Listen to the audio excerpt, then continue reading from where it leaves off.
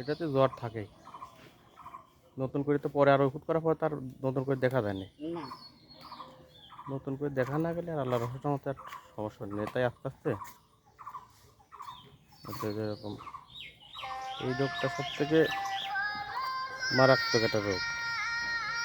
আমি খাচ্ছি ঘা মা হবে না কি আল্লাহ খাচ্ছে না, তো এটা ফাইটে ঘা হবে না ইনশাল্লাহ। এটা যে পরিমাণে বেরোয়েছে তো, আর নতুন করে যদি না বেরোয় তাহলে আর সমস্যা নেই। এই অবস্থাতে আল্লাহর রহমতে আমাদের ঠিক হয়ে যাবে। এই গুটি গুটি তো অল্প পর দিয়ে ঠিক হয়ে যেতে আছে মনে হচ্ছে, কিন্তু এই অনেক গরু ঝাল নিয়ে আসি খাওয়াচ্ছি বলে তো। অনেক গরুর রাস্তা থেকে পর্যাপ্ত পরিমাণ যখন বেরো যায় তখন আর সে গরু বাঁচানোই মনে করেন যে মুশকিল হয়ে দাঁড়ায়। আর ওষুধটা যদি সেই দিনই খাতাম এইটুকু বাড়াইতো না না হ্যাঁ, এ তো পাওয়া তো দরকার। ওষুধ যদি না পান তাহলে তার আপনার না কিছু করার নেই। ওষুধ পালি পরে খাওয়া দিলে পরে আল্লাহ রসের মতো ঠিক হয়ে যায় এটা।